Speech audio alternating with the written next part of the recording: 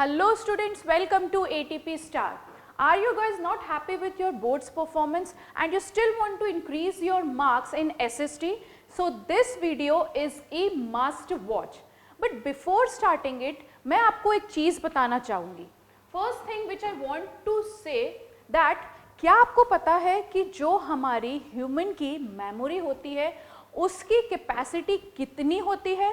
Yes, जो हमारे human brain की जो मेमोरी होती है उसकी अगर हम कैपेसिटी की बात करें तो this contains 2.5 million GB. Can you believe it कि यहाँ पर अगर हम बात कर रहे हैं मेमोरी की तो वो ह्यूमन की मेमोरी 2.5 मिलियन GB होती है. वहीं अगर हम अपने phones, just we will be compare the human memory with the phones, क्योंकि आज की डेट में फ़ोन एक ऐसा एसेंशियल पार्ट है ऑफ एवरीबडीज लिविंग. तो यहाँ पर फ़ोन को हमारी लाइफ में लाना इज़ द मस्ट. तो यहाँ पर अगर हम उसको फ़ोन से कंपेयर कर रहे हैं तो फ़ोन की मेमोरी को अगर मुझे याद हो तो क्या होती है, या तो वो 64 GB होगी या तो वो 128 GB होगी, नॉट मोर देन 256, या ज़्यादा से ज़्यादा वो 512 GB का कोई भी फ़ोन होगा. क्या फिर भी वो कंपैरिजन ह्यूमन ब्रेन्स के साथ हो पा रहा है? क्या नहीं हो पा रहा है. तो जस्ट इमेजिन जो ह्यूमन की मेमोरी को स्टोर करने की कैपेसिटी होती है वो कितनी होती है. तो हम तो बस एक सोशल स्टडी के एग्जाम से ही घबरा रहे हैं कि हम इसको मेमोराइज कैसे करेंगे. तो अगर और हम आगे चलें तो अगर हम ह्यूमन की मेमोरी की बात कर रहे हैं तो there are different types of memories in a human being. हमारी जो मेमोरी होती है सबसे पहले हमारी होती है राइटिंग पावर. हम किस तरीके से राइट कर रहे हैं और हम उसे किस तरीके से कौन से मेमोरी में अपने पार्ट में रख रहे हैं वो एक अलग सिग्निफिकेंट होता है. नेक्स्ट थिंग हमारी होती है विजुअलाइज करने की मेमोरी. हम जो सोच रहे हैं, किस तरीके से सोच रहे हैं, किस तरीके से विजुअल कर रहे हैं, वो मेमोरी एक अलग हमारे ब्रेन में जाके स्टोर होती है. Next memory is your thinking, your listening memory. हम जो चीज़ सुन रहे हैं वो हम किस लेवल तक मेमोराइज करके रखते हैं, ये मेमोरी कहाँ जाके हमारे ब्रेन में स्टोर होती है हमें भी नहीं पता. But these are the different kinds of memories in a human being. अब ह्यूमन बीइंग की तो बात हो गई. अब हम वापस अपने चैप्टर में आते हैं, अब हम अपने वापस सब्जेक्ट में आते हैं आई कैन से. तो अगर हम सब्जेक्ट की बात करें तो हम बात कर रहे हैं सोशल स्टडीज़ की. किस तरीके से हम सोशल स्टडी को अपने मेमोरी में फिट करें जिससे कि हम बोर्ड्स में फुल्ली मार्क्स सिक्योर कर सकते हैं. And that will be a very much, you can से, हमारे लिए बहुत बड़ा अचीवमेंट होगा. बहुत से बच्चों के लिए social study is an interesting subject, no doubt. But बहुत से बच्चे ऐसे भी हैं जिनके लिए सोशल स्टडी एक बहुत ही बोरिंग सब्जेक्ट है. But no, you are not having any other option, आपको पढ़ना ही है. तो क्यों ना हम उस चीज़ को एक एंथुसियास्टिक वे में लें और इस तरीके से हम अपनी प्रिपरेशन स्टार्ट करें so that we can get fully marks. ठीक है, तो आगे चलते हैं. मैं आपके लिए फर्स्ट थिंग जो लाई हूँ वो 3 P's के कॉन्सेप्ट लेकर आई हूँ. That is, 1 is your preparation tips, next is your presentation and third is your priority. किस प्रायोरिटी के साथ पूरी की पूरी जो सोशल स्टडी है उसको हम पढ़ेंगे. तो पहली जो है आती है हमारा, जो फर्स्ट P आता है हमारा, वो आता है हमारा प्रेपरेशन टिप. किस तरीके से हमें हमारे SST को प्रिपेयर करना स्टार्ट करना है. पहली चीज़ तो मोस्ट इम्पॉर्टेंट थिंग यहाँ पर हमारी होनी चाहिए group study. If a friend of mind knows a very much good, अगर हम बोले good concepts of histories, and यहाँ पर मुझे सिविक्स के कॉन्सेप्ट ज़्यादा अच्छे से पता हैं, तो हम ग्रुप स्टडी करके एक दूसरे की हेल्प कर सकते हैं. ऑन द अदर हैंड हमारे पास जो दूसरी चीज़ है वो है हमारी हेडिंग बाय ट्रिक्स. किस तरीके से हम ट्रिक्स को अपना के अपने हेडिंग्स को डिवाइड कर सकते हैं. फॉर एग्जाम्पल, अगर हमने देखा होगा ज्योग्राफी में हमारे पास एक चैप्टर है नेचर एंड वाइल्ड लाइफ, ठीक है, रिसोर्सेज एंड वाइल्ड लाइफ हमारा एक चैप्टर है. उसमें variety of resource, variety of species के बारे में बोला गया है. अब यहाँ पर अगर उन स्पीशीज़ को हमें याद रखना है, like the endangered, the rare, the epidemic, etcetera etcetera, तो किस तरीके से हम उसको सीरियल वाइज याद करके रख सकते हैं, सबकी हम उसकी हेडिंग्स बना लें. एंडेंजर्ड, एक्सटिंक्ट, रेयर, इन सारी चीज़ों की हमने हेडिंग्स याद कर ली, शॉर्ट फॉर्म्स याद कर ली और उसको हम याद करना, उसको हम मेमोराइज करके रख सकते हैं।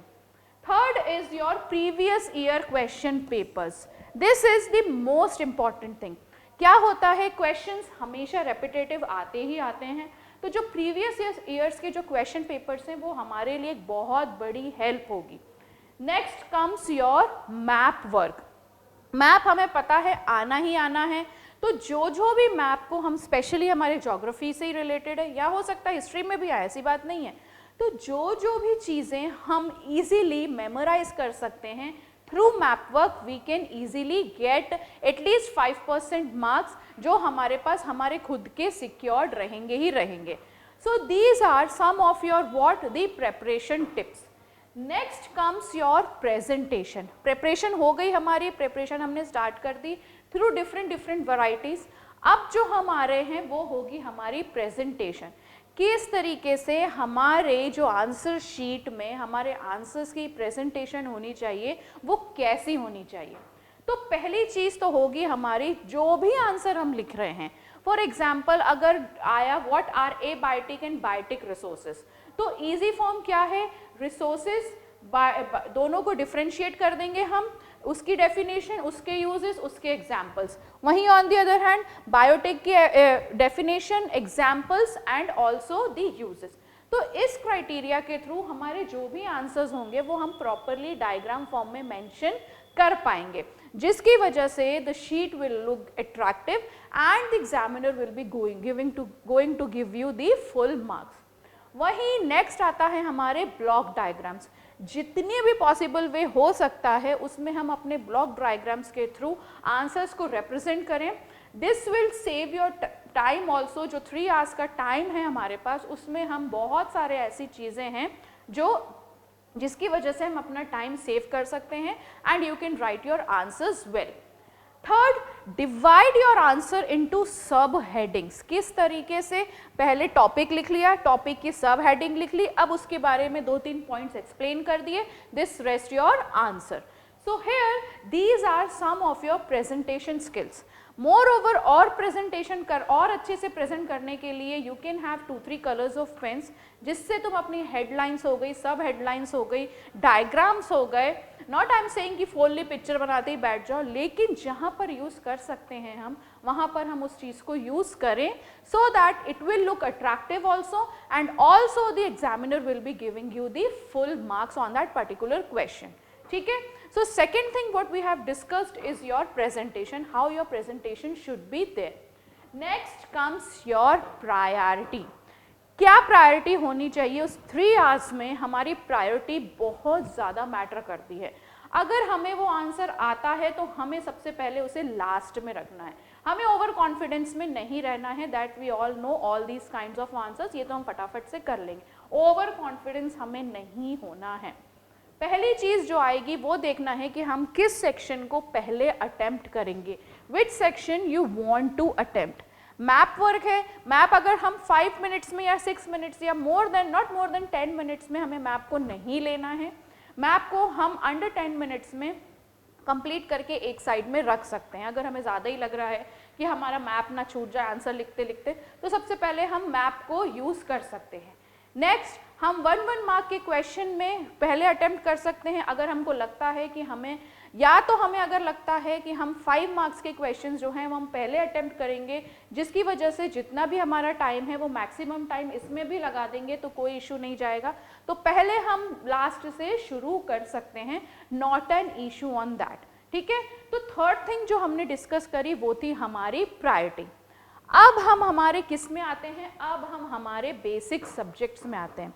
हमारे 4 पार्ट्स में एसएसटी डिवाइडेड है, history, civics, geography and economics. यहाँ पे टोटल मार्क्स का वेटेज कितना है, overall 80 on you will be presenting the things. अब इन 80 मार्क्स में ये बराबरी से डिवाइडेड हैं। अर्लियर हिस्ट्री में चैप्टर्स कम थे, इस साल ज़्यादा हो गए हैं, not an issue in that, तो फिर भी हमें पढ़ना तो है ही। अब यहाँ पे इसका वेटेज भी 20 है, हिस्ट्री का भी वेटेज 20 है, सिविक्स का भी, ज्योग्राफी का भी एंड इकोनॉमिक्स का भी, तो ये जो सबका वेटेज है वो इक्वली डिवाइडेड है। तो हिस्ट्री में जो चीज़ हमें लगती है, लाइक हिस्ट्री का सबसे मोस्ट इंपॉर्टेंट थिंग क्या रहेगी, इंपॉर्टेंट डेट्स रहेंगे and the events, you have to memorise it. अब ध्यान रखना है कि हमें ये किस तरीके से मेमोराइज करके हमें रखना है, प्रॉपर हमें उस चीज़ का रिवीजन करते ही चलना है। हिस्ट्री इज द सब्जेक्ट कि हम without revision you can not do anything. So हमें वो हेडेक की तरीके से नहीं लेना है, rather than taking it on a headache way, हम इसको एज अ स्टोरी फॉर्म में, हमेशा मैं बोलती हूँ हमेशा हिस्ट्री को एज अ स्टोरी फॉर्म में लो, जिससे कि हमें वो चीज़ें इंटरेस्टिंग लगेंगी। एनसीईआरटी के words I know that are some words are very much tough, तो हम इसको क्या कर सकते हैं, यहाँ पे बहुत सारे वीडियोस हमें यूट्यूब पे प्रोवाइडेड किए जाते हैं, जिसकी वजह से ये हमारे लिए बहुत बड़ी हेल्प होगी थ्रू पिक्चराइजेशन मेमोरी, पिक्चर्स के थ्रू या किसी भी डायग्राम्स के थ्रू हम याद इसको रख सकते हैं कि इस पर्टिकुलर टाइम पे इस इवेंट में क्या हुआ था। फॉर एग्जांपल नेशनलिज्म, हम फर्स्ट चैप्टर की बात करें, यूरोप में किस तरीके से क्या तरीके से नेशनलिज्म फैला, फ्रेंच रिवॉल्यूशन के क्या इफेक्ट्स रहे, तो पहले हम फ्रेंच रिवॉल्यूशन को मेमोराइज करेंगे कि किस तरीके से फ्रेंच रिवॉल्यूशन हुआ था और उसके इफेक्ट्स ऑल ओवर यूरोप में किस तरीके से फैले थे। नेक्स्ट हमारा आता है नेशनलिज्म इन इंडिया, जो कि कहीं ना कहीं इंटरकनेक्टेड है, वहाँ पे यूरोप की बात हो रही थी, यहाँ इंडिया की बात हो रही है, तो इंडिया में किस तरीके से चेंजेस आए, इसको हम किस तरीके से मेमोराइज करके रख सकते हैं कि कौन कौन से इवेंट्स कैसे कैसे साइमल्टेनियसली एक के बाद एक किस तरीके से इंटर रिलेटेड रहे। So these are the things history में हम ये कर सकते हैं। Most important thing, events and dates should be remembered, you have to revise it every now and then. कोई और सब्जेक्ट ले लो, हिस्ट्री के साथ कोई और सब्जेक्ट ले लो, फिर किसी और के साथ सोशल स्टडी ले लो, because it is the important one. तो ये तो बात कर ली हमने हिस्ट्री की। नेक्स्ट अब हम आते हैं ज्योग्राफी पे। अगेन इसका वेटेज भी 20 मार्क्स का ही है, यहाँ पर 20 मार्क्स में ही पूरी की पूरी ज्योग्राफी समराइज है, लेकिन these are the easiest part you can say. अगर हिस्ट्री निकाल ली स्टोरी फॉर्म में या किसी भी फॉर्म में, तो मोर ओवर सारे सब्जेक्ट जो बचे 3 हैं रेस्ट, वो हम इजीली निकाल पाएंगे। अगर हम बात करें रिसोर्स एंड डेवलपमेंट की, फॉरेस्ट एंड वाइल्ड लाइफ की, तो इनको भी हमको बस समझने की ज़रूरत है। जिस तरीके से हम समझेंगे उसी तरीके से चीज़ें हमारे लिए और ईजी गो होती जाएगी। So here we have talked about what? The geography section, which also contains the 20 marks of your paper. ठीक है। अब आता है हमारा सिविक्स। Civics again 20 marks. यहाँ पर भी हमारे जो क्वेश्चन है, power sharing, federalism, gender, religion and caste, political party and outcomes of democracy, these are also the normal understanding way. यहाँ पर हम अच्छे तरीके से, अगर जितने अच्छे तरीके से इनको समझेंगे, उतने ही अच्छे तरीके से हम अपने आंसर्स को प्रेजेंट कर पाएंगे। ठीक है। Last comes your economics, which again is of 20 marks. लेकिन सबसे कम चैप्टर्स जो हैं वो किस में हैं? इकोनॉमिक्स में ही। तो यहाँ पर whole 20 marks is in your hand. अगर हम बाकी किसी की भी बात करें तो उसमें सब चैप्टर्स ज़्यादा है, मार्क्स कम है। लेकिन here if we talk about economics, तो यहाँ पर इकोनॉमिक्स में क्या चीज़ है? चैप्टर भी 4 हैं और मार्क्स भी 4 हैं, और चैप्टर्स भी इतने ज़्यादा इजीली अंडरस्टैंडेबल है कि हम इसको एक बार पढ़ेंगे, 2 बार पढ़ेंगे, अच्छे से विजुअल करेंगे, मेमोराइज करेंगे, तो हमारे लिए ये चीज़ें और इजी हो जाएंगी। दिस 20 मार्क्स कहीं पे भी नहीं गए अगर हम सिर्फ और सिर्फ इकोनॉमिक्स की बात करें तो। यहाँ पर हमने हमारे चारों सब्जेक्ट्स का वेटेज देख लिया, किस तरीके से ये डिवाइडेड हैं। बस हमारी ये एफर्ट रहना चाहिए हमारा कि किस तरीके से अब हमारी प्रिपरेशन होनी चाहिए। Every useful tips I have given to you, just you have to make the best of it. For more information and guidance, and also for the study material, you can join our Telegram channel, and which is the link is given in the description, and also you can join our Sanjeevani batch, which is just for ₹99. Thank you so much.